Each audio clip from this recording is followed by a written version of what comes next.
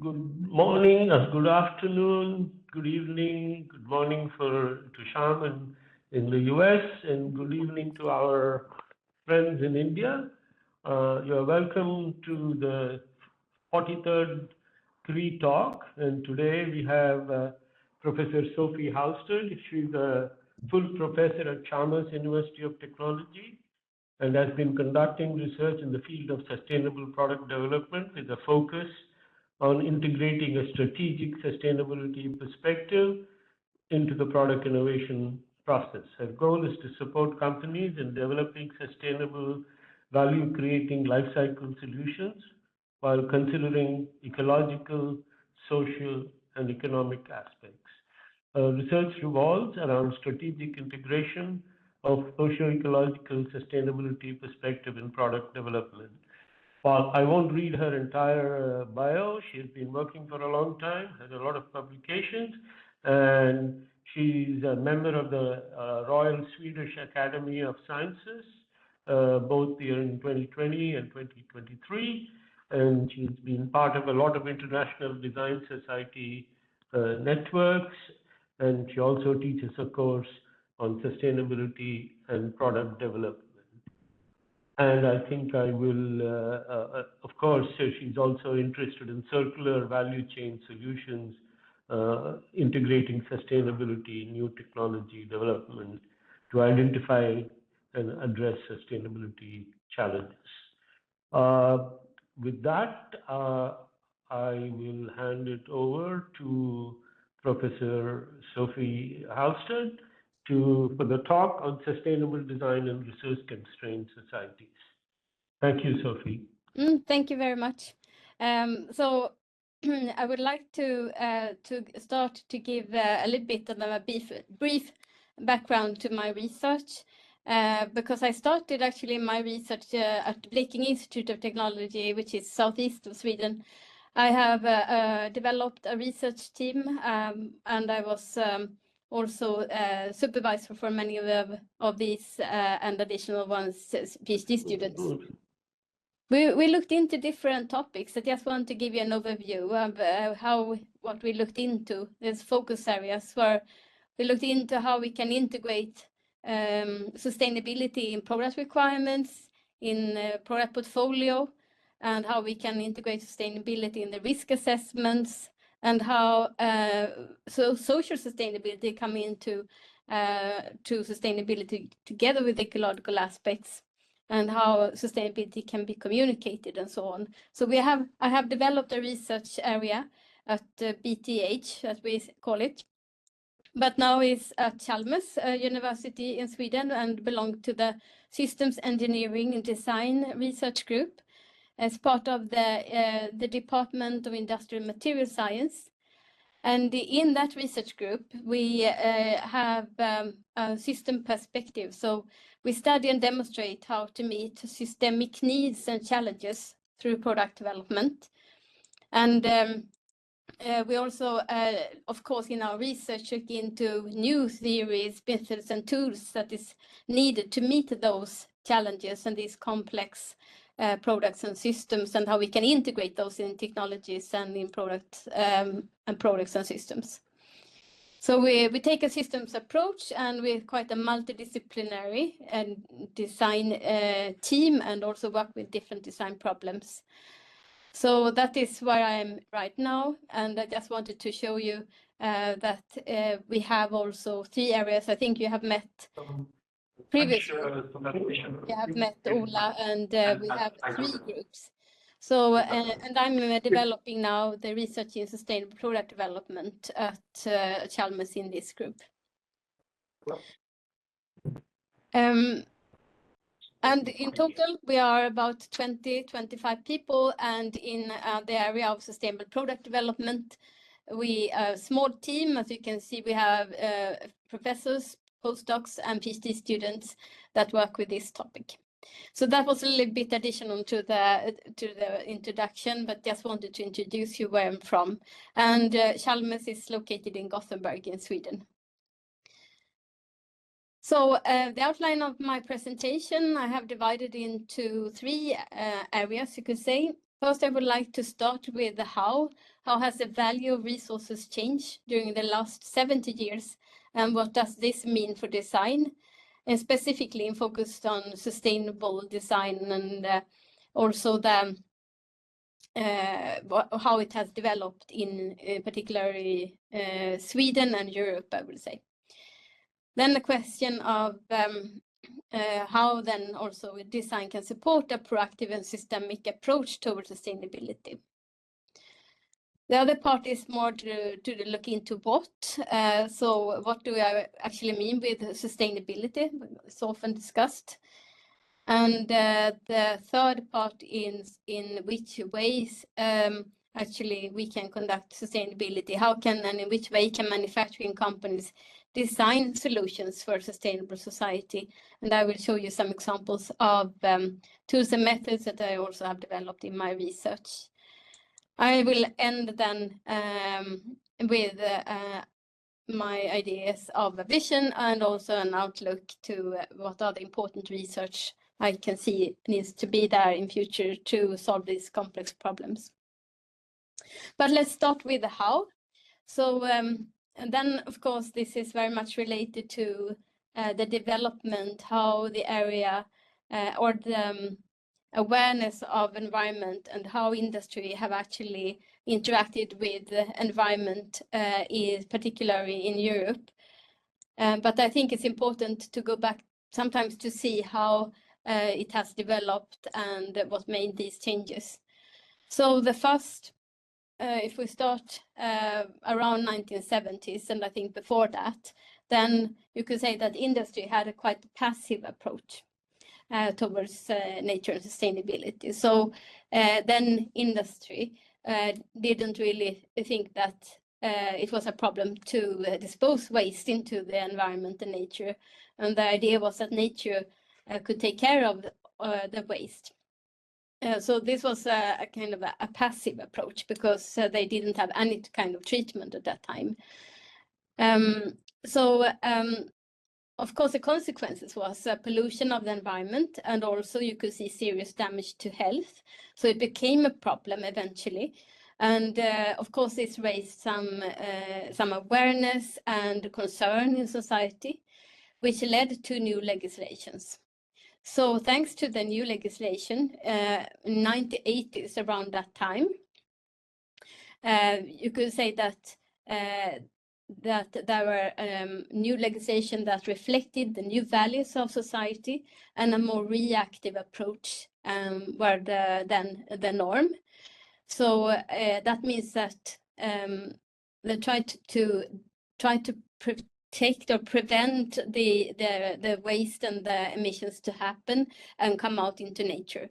So instead of letting it out to nature, they were trying to stop it and treat it, so to say. So end-of-pipe solutions were then developed at that time. Waste treatment technologies, and Sweden was very strong in waste treatment technologies and still is, I think, and they are still important.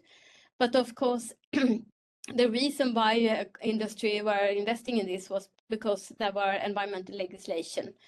And also, of course, these investment cost a lot. So therefore, environment was viewed as a cost rather than an opportunity.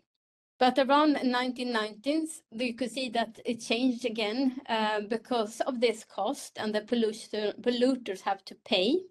Then it changed and became more a focus on pollution prevention and cleaner technologies. So to try to prevent the pollutions to happen to the first place. So not just trying to prevent it to come out into nature, but also try to prevent it to happen, be more efficient in the production site. So therefore, the focus on this time was more on the manufacturing, the production site, and see how you could be more efficient. And also, of course, it was important still to be compliant with legislation and reduce the risk. But it also became quite important to show the market that you also wanted to improve from your industry side, and that was also important for the image perspective. But the environment started to be considered as a competitive advantage because you could see that you can be more efficient and therefore also save money by reducing your waste and pollutions to happen. And during this time, I would say it actually started to develop a little bit more of interesting perspective also from a design perspective. So it evolved towards in around 2000 of a more proactive approach, and also here eco-design was an area that companies was working with. So here it meant that they were trying to be proactive and foresee what could actually be the consequences of their products, looking into the whole product life cycle, from raw material extraction to manufacturing usage phase, and then trying to see what will happen with the product after usage. So here the focus was on improving the products and the life cycle services. And here, therefore, eco-design, this design for environment, was a key in working with that, to see how you can try to prevent this to happen and be proactive. And I would say that this systemic approach is from 2010 and beyond. It's until today. Some companies have seen that this is actually business critical. So sustainability, you're not only looking into the environmental part, or the ecological part, but also the social part, and how you embed this integrate this perspective in the industry on strategic, tactical, and operational level. So it is permeating through the organization. So the focusing on embedding sustainability initiative into the company strategy has become important for many companies today. And we have gone from eco-design, where more focus was on trying to look into and minimize the environmental impact, to sustainable design, where you take a more holistic approach, and also in the sustainable design try to identify what are the target, what are the sustainable solutions that you are trying to target, and also include them on the strategic, tactical, and operational levels. So I would just say that, of course, this journey that many companies have done from having a passive approach to a reactive, preventative, and proactive approach, and then systemic approach, has happened to many companies, but not all companies have taken this exactly journey. I have studied an example from Geeko and Aerospace, where I started to work with them in the around in the early 2000s, and they can describe their journey. And of course, they did actually maybe have a more preventative approach when I started. So it is not for sure that all companies follow exactly this timeline. And some companies even today may have a more reactive approach than a systemic approach. So it depends. But many of those that are more proactive and systemic, they are looking into it and see it as business critical. And we, in our research in sustainable design, is trying to support companies to accelerate this transition towards more systemic approach. But I think also it's interesting to see that increased awareness on sustainability comes with an increased value of resources. So if you can see that the resources are valuable for you because there are a lot of money to save here, it becomes also an interesting part for companies. I usually try to illustrate this with a resource funnel. So if you see this as a funnel, there you can see that the room of opportunities are decreasing with time. So you can see that the legislation and market is pushing the companies towards the sustainability direction. And we can see that we have a lot of legislation coming that push the company in that direction, but also that there are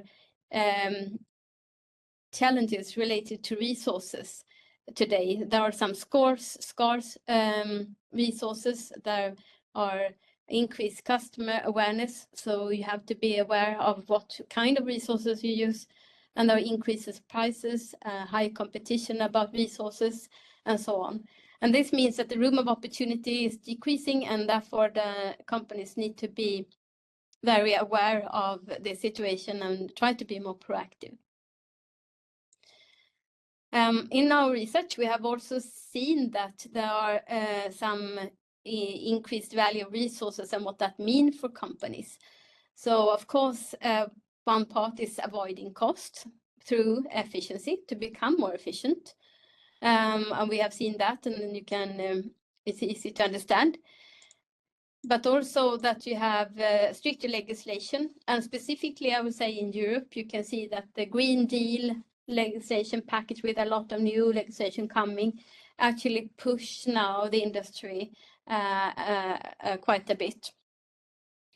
And then, of course, consumer requests, specifically if you have a consumer-related product, you see that the consumers, the people become more aware, and that also put requests on companies, but also that the companies put requirements on each other, which is also very important. You can see that it's an important thing to be ahead because it's believed to be you can increase competitiveness. I mean, if you are ahead and ready to install a new technology that follow the strict legislations, it is obvious that you will be an advantage. And it can also push the companies to actually force themselves to create new innovations, because then they have stricter boundaries, they have to think differently.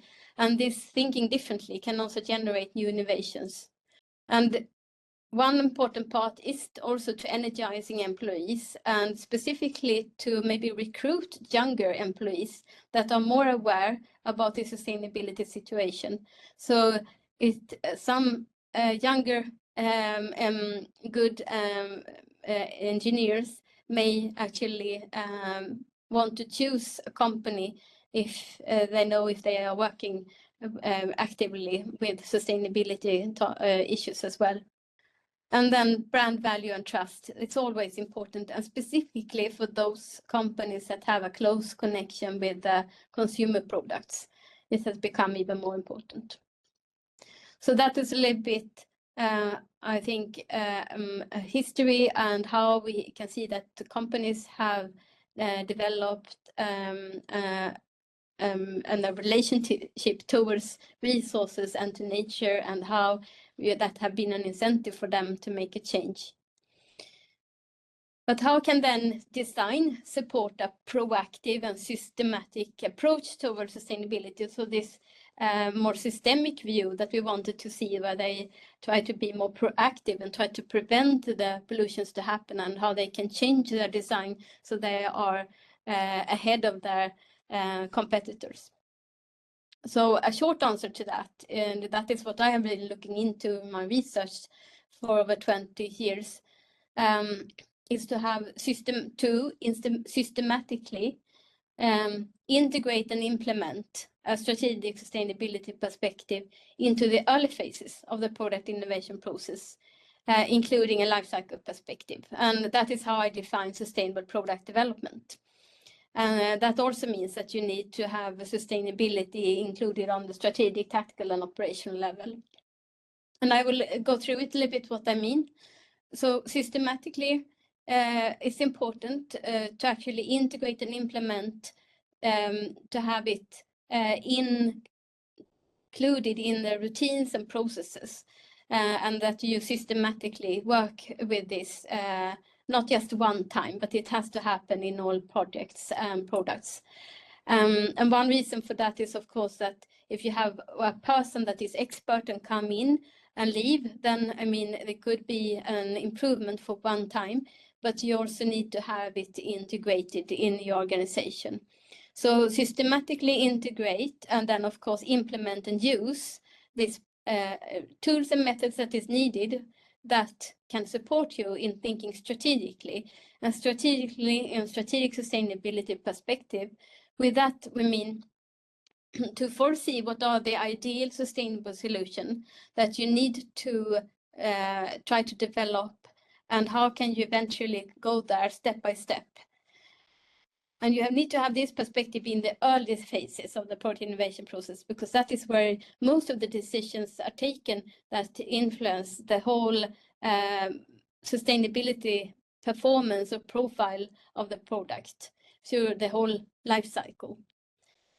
So when you have that, you also need to consider the life cycle perspective, and that means consider really early stages, raw material extraction to end of life, and try to make the also products in a circular loop. So that is very shortly how actually you can reach those more proactive and systemic approach in a company. And I will come back to that, what I mean with in which way companies can get support for this, building capabilities in this area. But I will look into first the question what, because what is actually sustainability? I mean, it's a key thing. If you're going to try to understand and put an idea of the ideal sustainable solution, you need to understand what sustainability means. And for many companies, sustainability is quite vague and complex term. It's both vague, but it's also very complex. And therefore, sometimes it is reduced to one aspect, like carbon dioxide emissions, which is very limited. I mean, it's very important, of course, to reduce the CO2 emissions as we have the climate change. But it's a risk if you only look into one aspect at a time, that you do sub-optimization, because there are so many aspects that actually is related to sustainability. So you can see here, a lot of them is related to ecological aspects, but also some to social aspects. And you need to understand this complete picture of how your product is actually have an impact of these different sustainability aspects, and try to work on them in parallel instead of one thing at a time. And that is, of course, tricky, but it's important. And when we talk about doing this, it's other challenges, of course, as well. It is often in the beginning, or companies have limited time to actually do complicated assessments, and you don't have maybe exact data at these early stages. So you have to make new assumptions and maybe work in a different way. Often there is a need to measure sustainability, or somehow to assess and understand and try to put a figure would be nice. And of course, here you also need to maybe think of other approaches than qualitative approaches. And the best would be maybe to have a mixture of qualitative and quantitative approaches. And as I said before, it's important to avoid sub-optimization and not reduce, but you can simplify but not reduce. And I think that is complex and not always easy. And also in the really beginning, you should try to avoid rebound effects. So unintended consequences later on in the life cycle that may happen in the usage phase often, because you have developed improvements like more efficient engines, and then the users are using their car, for example, much more because it becomes less expensive. And those things also need to be considered in the really early stages. The whole product life cycle and what happens in the value chain need to be taken care of. So there are many, many challenges. But let's look into what I said, what is the definition of sustainability? Because you can say that there are many definitions. It's not easy to say no to that. However, it is important to first agree on what do you want to make sustainable. I think that is maybe the question instead of what is the definition. So what do you want to make sustainable is the key. And here we have the Brundtland definition that often many refer to, which is maybe not defining the sustainability, but it's defining or describing what we mean by sustainable development. So meeting the needs of the present without compromising the ability of future generations to meet their own needs. So this is something that I think most of us know about.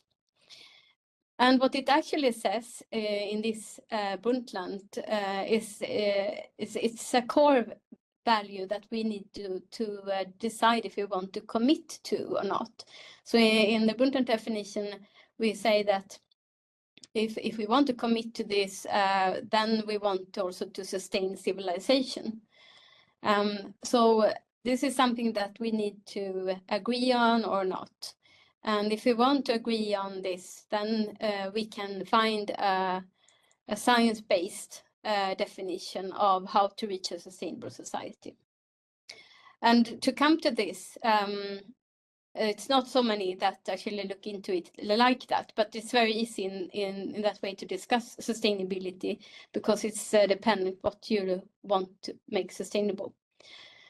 So if you want to sustain civilization, then we can use science and understand, okay, how do we know how to do that then? So often we have these 3 dimensions we talk about: the business or the economy dimension, the social dimension, the ecological dimension. And these are dependent on each other, or they're connected in a certain way. So this is the latest research, how they are described, meaning that the economy or the business is part of the society, and the society is part of nature. And that means that nature can do fine without society and the company, but not the other way around. So it's a nested interdependency. So if a company really want to be sustainable with their products, they need to understand how they can contribute to a more sustainable social system and a sustainable ecological system. And also the other way around, how they can avoid contributing to unsustainable social and ecological system. And research have been conducted, started in 1995 actually, to understand what are the mechanisms of destroying then the social and the ecological system. And by understanding what are the mechanisms that actually destroy these 2 systems, it could be translated to overarching sustainability principles. So these were 3 area mechanisms that can destroy the ecological system on a very overarching sustainable principle level, and 5 on the social system. So these are research that have been conducted and also reviewed and presented in many scientific papers. And I also use them in my research. So these overarching sustainability principles, they say that on the ecological sustainable society, nature is not subject to systematically increasing concentration of substances extracted from Earth's crust. For example, if you are putting up a lot of heavy metals or fossil fuels and use them up in our society, it will eventually become emissions and be distributed in nature, and the concentration can increase. And in this case, when we use the fossil fuels, we know that we see that the systematically increasing concentration of CO2 emissions, and we have the consequences of climate change. The second one says that nature is not subject to systematically increasing concentrations of substances produced by society.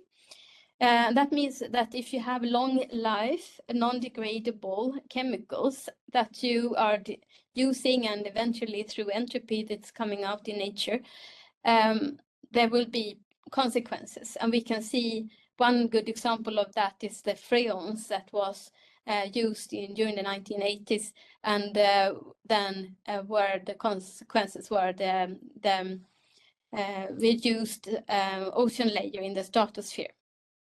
So the ozone hole, so to say. The third principle, saying that nature is not subject to systematically increasing degradation by physical means, meaning that if we systematically take out areas in nature, like the Amazon forest, in a larger pace than it can actually reproduce itself, or we do overfishing, that they can, it's a higher rate than the fish can reproduce itself, it will be a problem. And we can see that happening actually today as well. And in a similar way, the social principles were developed, saying that in a socially sustainable society, people are not subject to structural obstacles to health, influence, competence, impartiality, and meaning-making. So what you can see here is that these are, of course, on a very overarching level, but they can be tangible and put down into more operational level. And they are specifically powerful if they are used together with backcasting. So backcasting in relation to forecasting, what you normally maybe do in companies where you look into the trends and then foresee what will happen depending what has happened before. A backcasting perspective is to start to develop the success level and put that as a vision where you want to be. And then put yourself in that future desired situation with your mind, and then look back to today to see what are the different steps that we need to take, what are the different choices, materials, etc., that we need to select in order to come to this more sustainable desired situation. So this is a backcasting approach. And I have used that also together with the sustainability principles in my research. So design, I would say, can support a systematic and strategic approach based on backcasting from sustainability principles. Then you can support the companies to identify this strategic long-term sustainability target. And when we talk about sustainability, I also just want to mention, of course, that there are other sustainability concepts that you certainly know about. We have the SDGs, 17 Sustainable Development Goals. They're also related to these 3 dimensions of sustainability and in line with the sustainability principles. They are very much on the goals on a global level, and specific targets still need to be defined for a certain design solution. But it is possible to of course, assess an already defined product, how it actually can influence both negatively and positively to these SDGs. And we have other concepts like the planetary boundaries. That is a way to understand the planet's resilience, which I think is, you could say, it's the long-term ability of the planet to handle changes and continue to function and develop. And we know that we have already crossed 6 of these 9 planetary boundaries. And there you can understand also, if you keep yourself within the boundaries, then you could also say it's sustainable. But it still doesn't really give you any guidance in design directly. And you can put them together with some kind of targets, like science-based targets, to focus on reducing the greenhouse gas emissions through the value chain and so on. But it's not it's also possible, but these targets for all these planetary boundaries are not defined yet. But it is also a concept, and it's also sometimes called the absolute sustainability. So then the question is, in which way can manufacturing companies design solutions for a sustainable society? So I would say it's very much dependent on which company you look into, where they are on this journey and what skills and knowledge they have in the field. And I think this is very important to understand, that companies need to build up their own knowledge and skills, and they also have to see which support tools and methods are relevant for them to apply in their routines and processes, and also from that then coordinate activities on both strategic, tactical and operational organizational levels. And that can support them to accelerate towards a sustainability transformation and make use of the assets. And I would just want to show you some examples of tools that we have developed in our research on these levels. We have a set of maybe 18 different tools, but I'll show you a few here to give you an idea.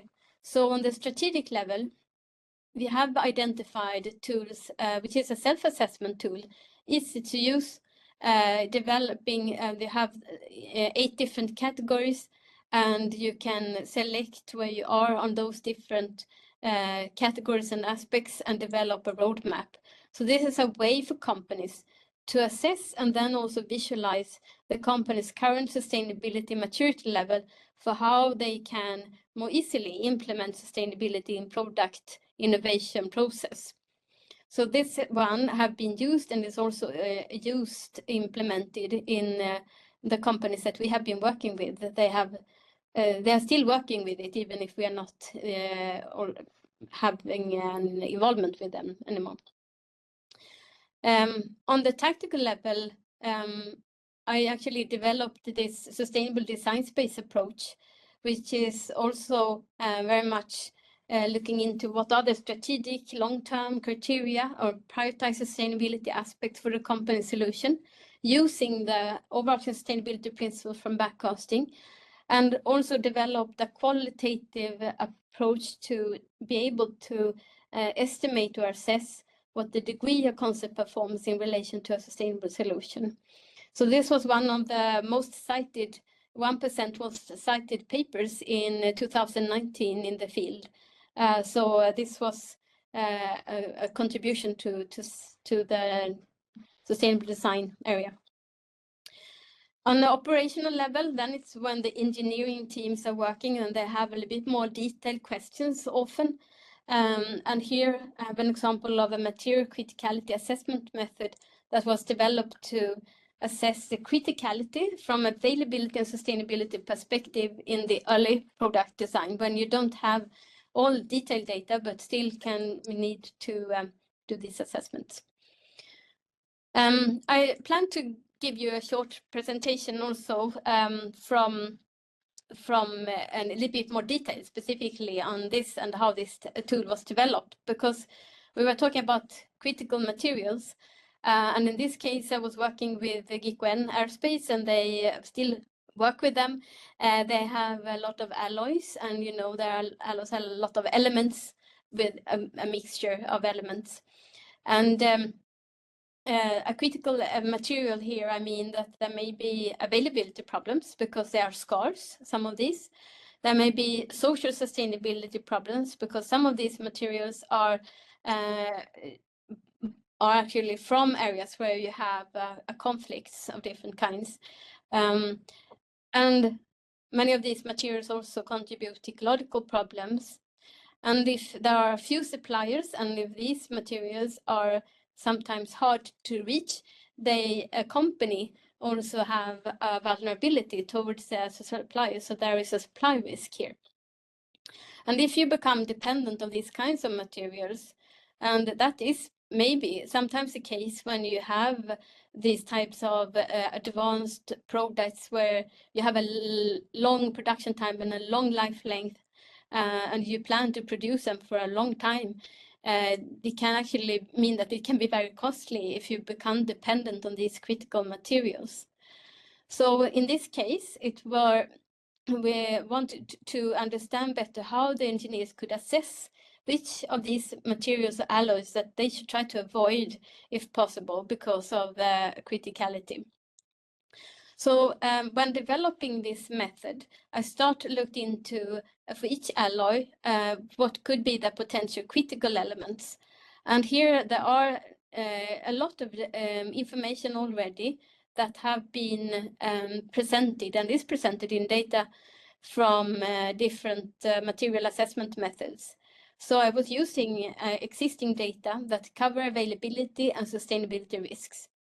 And when we talk about sustainability risk, there are some socio-ecological impact risks, so like conflict elements, phosphorus content, contamination factors, etc. So that was the first step. The second step, when we understood better what are the different potential critical elements, then we have to grade the level of criticality for each alloy, because each alloy consists of different types of elements and in a mixture of different kind. So then we were actually using previous research, so this qualitative measurement scale were used to grade the different alloys. So not going to all the details, but it is explained in the paper how it is done. And so therefore all the different alloys could be graded, and then it was interesting to see how you could compare sustainability ranking of alternative alloys. So this scoring method were then developed to use to understand for each compliance level to actually rank the different alloys. So in this way, it was possible to combine a qualitative and a quantitative approach. And this scoring method were developed depending on how many alloys that were critical in the alloy, or how many elements that were critical in the alloy, how much, and also how many methods that were grading them as critical. So from this, the alloys were possible to be ranked, and in the end, the tool as such that the engineers use, it was very easy to use. They didn't have to go through all this, but they can update it because the method is there. So they have also actually updated this now and is using this and implemented in their toolbox. So this is easy for the engineers to use. They search for an alloy and they get the score, and then they can make this comparison and understand if this is a more or less critical material. So I just wanted to show you the example of how we have developed tools and methods with industry. But I think one important part and one important issue with this is that new questions were triggered in the company that hadn't discussed so much before. So, for example, they were starting to ask themselves, what are the risks of increased material cost in future? What could be the potential critical materials if they maybe have already today, and what happen if they need to produce these components for a long time, like 20, 30 years? And we also know that the number of aircrafts probably will increase, so the need for these materials will maybe also increase. So could that actually mean that there will be a risk of increased material costs for them? And they started to consider other design and business models because of that. So could they actually increase the degree of circularity? Could they do more repair? Could they do remanufacturing? So that is what they look into now, to see how they actually can reduce the need for raw materials. So actually try to reuse the materials that already is up in and used in society. And also how they can increase the percentage of recycled materials in components. So by these kinds of simple tools actually and methods, they started to think a little bit differently. And I think it's important to increase this innovative thinking, to dare to think differently. And I think that is needed to steer the design solutions towards sustainability today. So I think that if we look now a little bit into the future, because we also need some time for you to be able to ask questions, I just wanted to give you an idea of what I think are some relevant focus areas with sustainable design.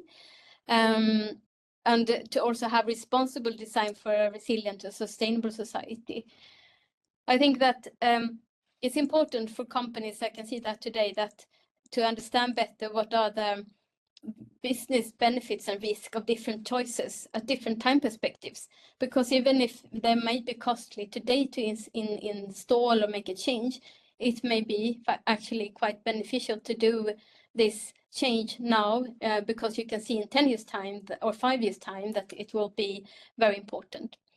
So it's important to have those types of tools and methods that can anticipate these different consequences and build scenarios. I think also we can see that it is very important for companies to understand better how they can create these common solutions in the value chain for circular sustainable solutions, because you need to collaborate with other partners in the value chain to actually create these circular solutions. You cannot just solve it on your own.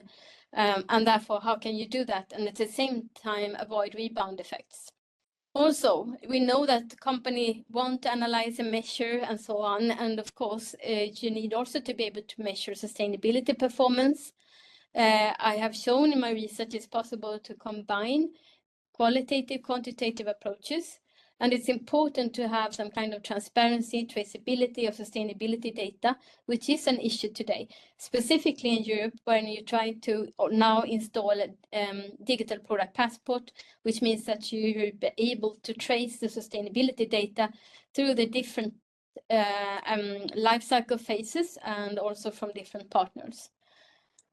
And also the third part is a possibility here to use digitalization to implement support for strategic sustainable product development, to use digitalization to be able to anticipate, visualize sustainability data, increase usability, and tailor-make tools for specific contexts, because these generic tools can be quite hard to use and maybe not always make sense. But if you can customize those, tailor-make those tools to a specific company, then it will be probably easier to for companies to use them, adopt them, and use them. So I would say that sustainable design, responsible digitalization, can accelerate the transition towards sustainability. So we need to rethink, we need to design with a new different approaches, I think, and also in that way can support a proactive and systemic approach. So I think that will actually end my session. So I think like this quote from Einstein, if you want different results, do not do the same thing. You need to think differently. And with that, I want to thank you for your attention. That was all from me. And I just wanted to show my reference list I have used for the presentation. Thank you. Thank you, Professor Sophie. This was excellent.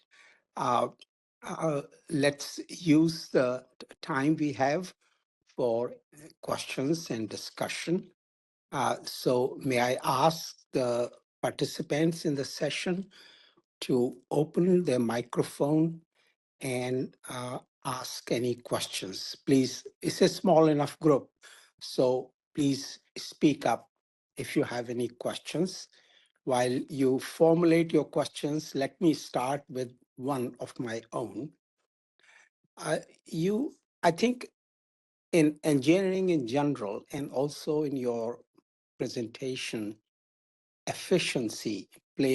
the concept of efficiency plays an important role, which is, of course, the ratio of output to inputs. Now, in a world where we have to consider a wide variety of externalities that most engineering production processes involve, and it's very difficult to estimate the costs of many of those public resources. So what measure of efficiency do you have in mind? And I think the whole, as I understand it, the entire debate about sustainability is about what do we mean by efficiency? Yeah, it's a good question. I think definitely resource efficiency is a key because we are overusing the resources right now. And I think therefore that new technologies that are coming in need to be supporting and reducing the efficiency used, but also we need to change our, not only in industry, but we have also the behavior in society. There's more resource efficient behavior is needed. So there are many different areas that we need to make changes to become more efficient. So resource efficiency in behavior, but also when you select technologies, how can they be more resource efficiency and so on. And often it is calculated on energy usage, how are you reducing the energy usage and so on.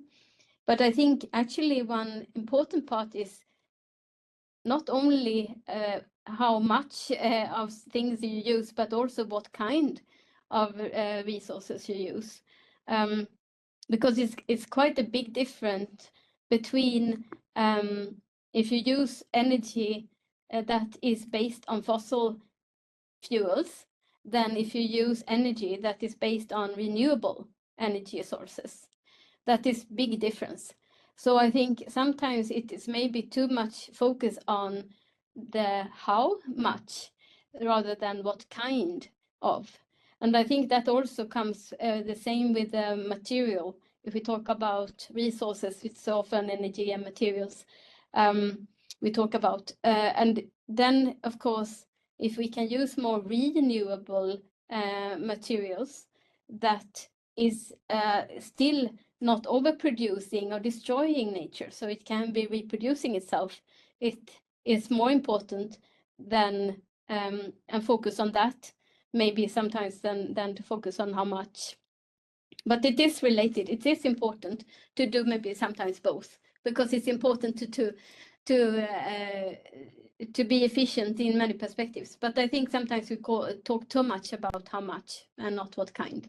Thank you. Are there other comments or questions for discussion? Please open your microphone and ask your questions. Hi, Sophie. I have a question which is more a pragmatic one. Now that you have developed a lot of these methods and approaches, how your interaction with industry and the reactions have been in terms of adopting many of these many of these methods and other things you have developed. I know you have developed some of them with industry, but still adoption is always and absorption is always an issue. Yeah, it is true. It is something that we work on still. I think that there are many obstacles, there are many barriers for companies to adapt other tools that they are not used to.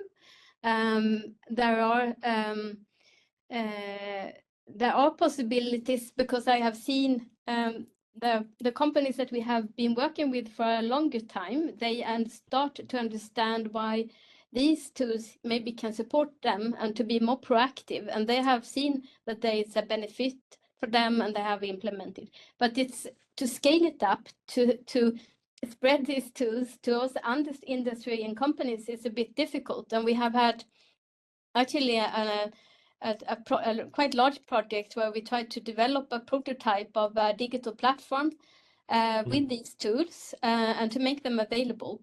But we still haven't reached that kind of stage where they are attractive for the companies, so they're not commercialized tools, and we're still struggling how we can do that. And I think here digitalization can help us if we can get support that can make that be easier. I think maybe that is the next step. So it's both that they are a little bit different what they are used to, which is a barrier, and that they are academic design, so to say. They are not commercialized, which make it difficult to reach out. So I think it's Would you say you would need a separate organization to take this and actually popularize it across industrial landscape, at least in Sweden, if not elsewhere? Actually, it's a quite interesting thought. And very recently, I got in contact with a consultant company that contacted me and said that they have found my research and have started to develop their own tools and methods based on the papers. And now this consultant company, they had many PhDs, so they were easy for them to read academic papers, and then they could do their own translation to tools. And they have used them, and they contacted me because they wanted to explain how they work, and they have now used it into different industry sectors and clients, and we started to talk to each other. And then they said that maybe this actually is quite interesting to share with others, because it's how do we actually translate our research to others? Maybe there are another role in in our society that need to take the step between us and the industry that can support us in doing this translation. So we will see what happens in this field. Yeah, no, it's not an easy task, right? It is a multi-step task, and we need different people to both scale and propagate these ideas. And would you be asking them to give you feedback from their own experience, so that both from a research point of view and your own development of new tools could be enhanced? Yeah, definitely. So that's our plan, is to investigate, interview them, and understand better what they thought was easy to use, and what was a struggle, what they didn't understand, and how have they changed the tools and methods that we have developed, and to understand that, because I think it could be similar in other fields as well, not only sustainability field. Yeah, I think it would be very nice. I would be very curious to maybe sit with you sometime and look at this transition from the academic to the consulting to the company and back. It would be nice to have a feedback cycle. I would be very curious. We can talk later about how we can potentially collaborate. I'm very interested in processes, as you know. So I think it would be nice to document such processes for other people to be able to emulate in our own community. Yeah, I agree. Yeah, I'm happy to collaborate on that. So yes, please give me we'll talk later. Yes. Yeah. Well, it's 9:01. If I may ask one more question. Sure. And just briefly, though we are over time, that the solutions that we see, engineering domain solutions, are solutions at individual firm level, designer level or firm level. But a lot of sustainability problems are at aggregate societal level. And how do we match the two? Because individual incentives of individual firms and engineers and the reality of aggregate consumption of resources, demand for resources, those are two very different issues. And even I just wanted to get your thoughts about the problem of individual firm versus the aggregate consequences for sustainability.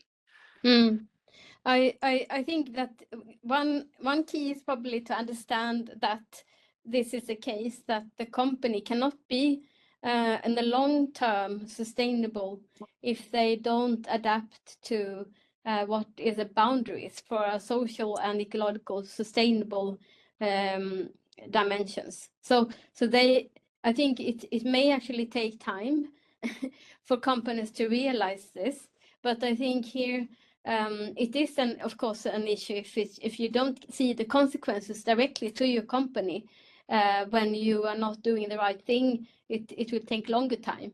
So therefore, I think it is important to have legislations actually coming in and pushing those companies in the right direction, because there is who is taking it is society that actually needs to take that kind of responsibility.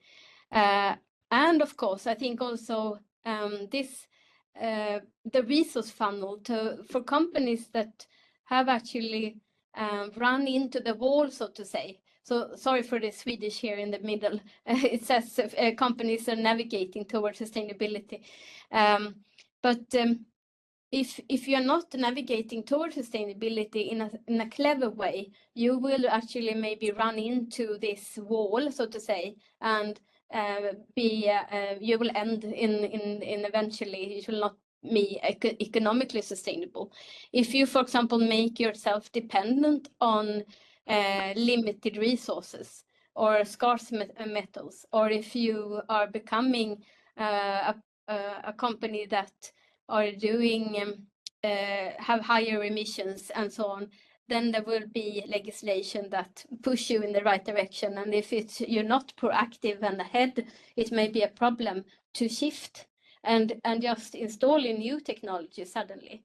So I think companies that see this, they want to be ahead of legislation. They want to be more strategic and realize that. But I think the key is competence, understanding this, and maybe even legislation to make this shift happening. And I think also these are the other parts: image, brand value, other requests from companies, that they can see the advantages with maybe having new innovations, have employees coming that they can recruit, that are young and more aware, and that also these things that I mentioned before. So I think, yeah. Thank you so much. And are there any other comments or questions before we end this wonderful session? And of course, as Sub mentioned at the outset, this is being recorded and will be placed on our CREA website. So it will be available for other people to watch at their convenience. And any questions, or should we end the session? Do you have any final comments, Sophie? Good evening, No. sir. Sorry. Yeah, you have a Good evening, question. madam. I'm Sivakumar from Indonesia. I'm working as a professor in Nusa Putra University, Department of Mechanical Engineering. Very nice topic, madam. Thank you very much for your informative session. Thank I you. would like to have some questions regarding the composite material. My research domain is composite material. Actually, I did my research implementation of bio-waste material into useful product. So this is our aim of our research. And also we had already done a project research, and we published also using waste leather and beetle nut, natural fiber. So we made a composite using three different layers, like beetle nut or banana leaf or bamboo, and also we have utilized some bio waste like leather, goat leather or buffalo leather, like that, waste leather. So using that, we made a specimen, we tested. The result was very amazing compared to conventional composites like epoxy and the glass fiber. And also it is very less chemical reactions using our method. So there is no more chemical processes. So it also very useful to sustainable development, as well as it is very close friendly to environmental pollution. So it's this is our main aim. I would like to ask you how to implement in this industrial application to our material. Is there any scope to implement such kind of material, or whether it is reliable? I don't know exactly what industry is expecting from materials point of view, but we have a good potential. Our team have people have a good idea to do using natural fiber resources with minimized chemical reaction. We are producing to good material to use different applications.